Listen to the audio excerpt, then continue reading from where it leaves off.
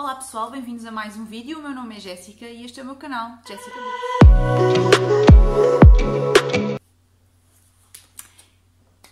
Antes de começar, já sabem, eu quero pedir-vos uma coisinha.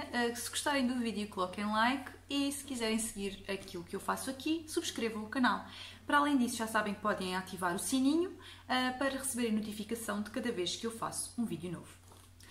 Ora, hoje então eu vou trazer-vos provavelmente a opinião do livro mais difícil que eu já alguma vez li. Estamos a falar de Vozes de Chernobyl, de Svetlana Alexievich.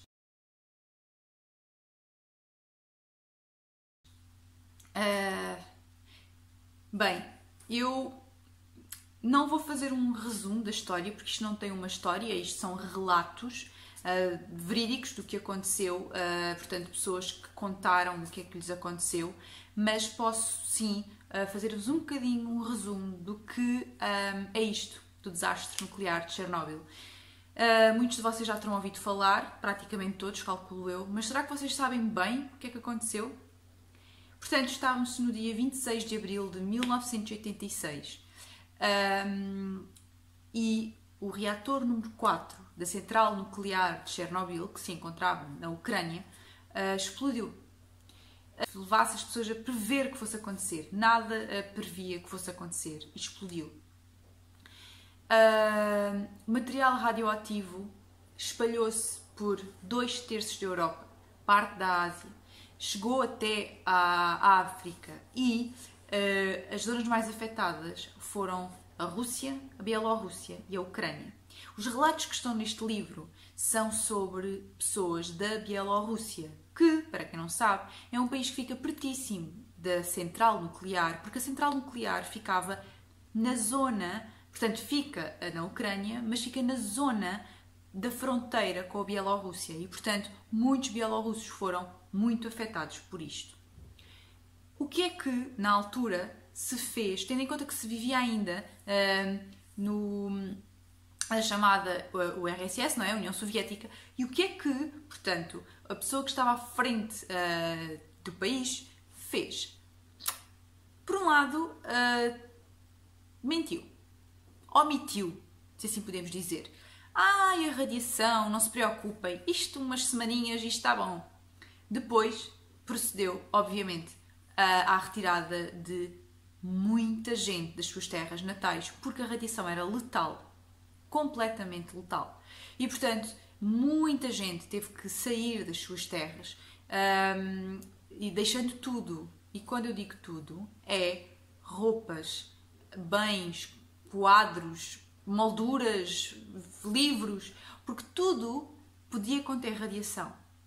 E tinham que deixar mais uma coisa: os animais de estimação. Cães e gatos não podiam ir, porque eram um foco de contaminação também. O que aconteceu foi que muita gente, especialmente as pessoas mais velhas, porque muitas aldeias foram evacuadas e as pessoas que viviam nas aldeias eram especialmente mais velhas, foi-lhes dito: não se preocupe, isto são só 2-3 dias e depois volta. Claro que nunca mais voltaram. Algumas até voltaram, ilegalmente, através das florestas, caminharam, voltaram para as suas casas e vivem lá, pelo menos viveram lá durante muitos anos, simplesmente porque aquilo é o sítio onde elas vivem e porque também não compreendiam muito bem o que era aquilo da radiação, não é? Porque não se via. Não se podia comer uma maçã, mas a maçã estava na árvore tão viçosa. Não se podia apanhar um peixe, mas os peixes estavam ali, pareciam bem. Não se podia tirar leite da vaca, mas a vaca parecia saudável. Mas que radiação é esta? E as pessoas não compreendiam muito bem que história era esta da radiação. Portanto, isto é o que eu vos posso dizer. São relatos muito duros daquilo que as pessoas viveram, do que se passou, das mortes, de bebés que nasceram deficientes ou mortos por causa da radiação, de pessoas que morreram jovens por causa da radiação, das milhares de crianças que têm cancro porque apanharam radiação, dos milhões de pessoas que vivem em região contaminada ainda.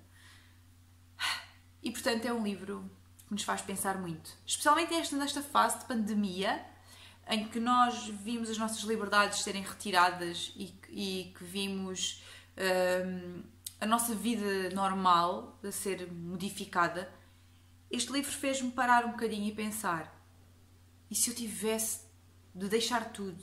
E se eu tivesse de deixar, sei lá, a minha princesa e saber que ela ia ser morta a tiro pela milícia, não é? Pelos militares, porque tinham que matar todos os seres vivos para que não houvesse a possibilidade de transmissão da radiação. Desculpa. Não sei, isto fez-me pensar muito.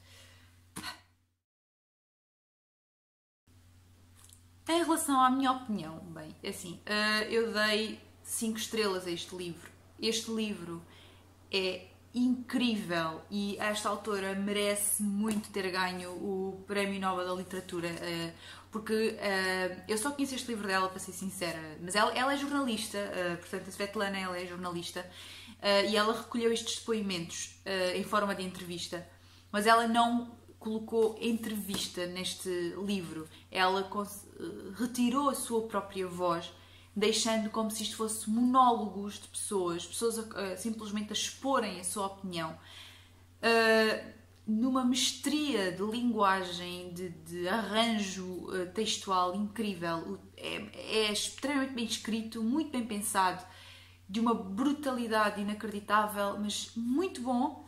Epá, eu adorei este livro e acho que deviam... Eu sei que é uma coisa muito pesada e já mais do que uma pessoa me disse isso, que é uma leitura muito pesada, e mas eu acho também que é uma leitura necessária, porque aconteceu, porque não estamos livres que aconteça outra vez, porque a central nuclear de Chernobyl tem mais reatores com rachas, fissuras, que podem explodir a qualquer altura.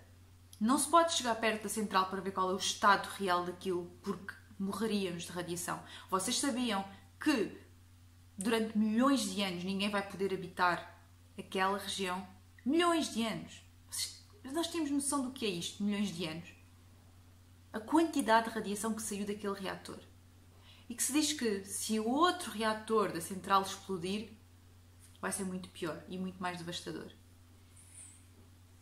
Enfim, portanto é isto. Gostei muito de ler, muito duro, muito difícil, mas para mim é uma leitura importantíssima e acho que me tive diferente da vida depois de ler isto. É assim, para mim é muito difícil escolher também 2 passagens favoritas, não é? Citações, quer dizer, numa história de relatos verídicos não há propriamente citações preferidas, mas eu de qualquer das formas resolvi ler aqui 2 certos, nem que seja para vos aumentar a curiosidade ou simplesmente para partilhar convosco um pouco do que li. Portanto, isto a propósito de quando os militares iam buscar as pessoas a casa para serem evacuadas, diz assim: de repente, aparecem umas pessoas, entregam-te a notificação e dizem que o carro está à espera lá embaixo. Um furgão especial, o Voronok, como era em 1937, prendiam-se durante a noite, tiravam-te da cama quentinho. Portanto, isto é uma comparação com a Segunda Guerra Mundial, não é? Com a pré-Segunda Guerra Mundial, em que já se vivia um regime muito complicado no URSS e pronto. E há aqui uma certa comparação com eles. Comparam muitas vezes isto com a guerra. Dizem que com os períodos de guerra e de pré-guerra, que já se vivia algumas dificuldades naquelas regiões, e eles comparam muito as mortes e a desgraça que aconteceu em 1986 com o que aconteceu durante, por exemplo, a Segunda Guerra Mundial. Comparam mesmo bastante.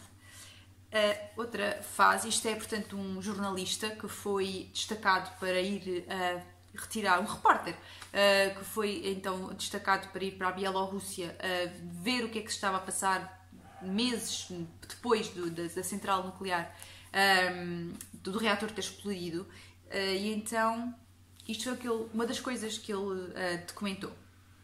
Estamos no clube rural. Puseram o televisor no palco, reuniram a população. Ouvia-se o Gorbachev. Está tudo bem, está tudo sob controle. Nesta aldeia onde estávamos, havia uma descontaminação em curso. Lavavam-se os telhados, trazia-se terra limpa. Mas como lavar o telhado da casa de uma velhota se tem infiltrações? Devia-se também retirar a camada do solo até a pá entrar, retirar toda a camada fértil. Mais a fundo, só havia areia amarela. Portanto, eles tinham que lavar telhados, se a casa infiltra. Eles tinham que retirar a parte fértil da terra, porque era a que tocava, não é, no ar e que estava contaminada, mas depois ficavam sem terra fértil para poder produzir. De qualquer das formas não poderiam, não é? Porque não estava capaz. Enfim, dá que pensar. E é isto, olhem, é isto que eu tenho para vos dizer. É um livro diferente. Nunca tinha lido nada assim. E é, como eu já disse, muito complicado ler isto. Bem, não vos quero tomar mais tempo, espero que tenham gostado do vídeo e até à próxima. Adeus!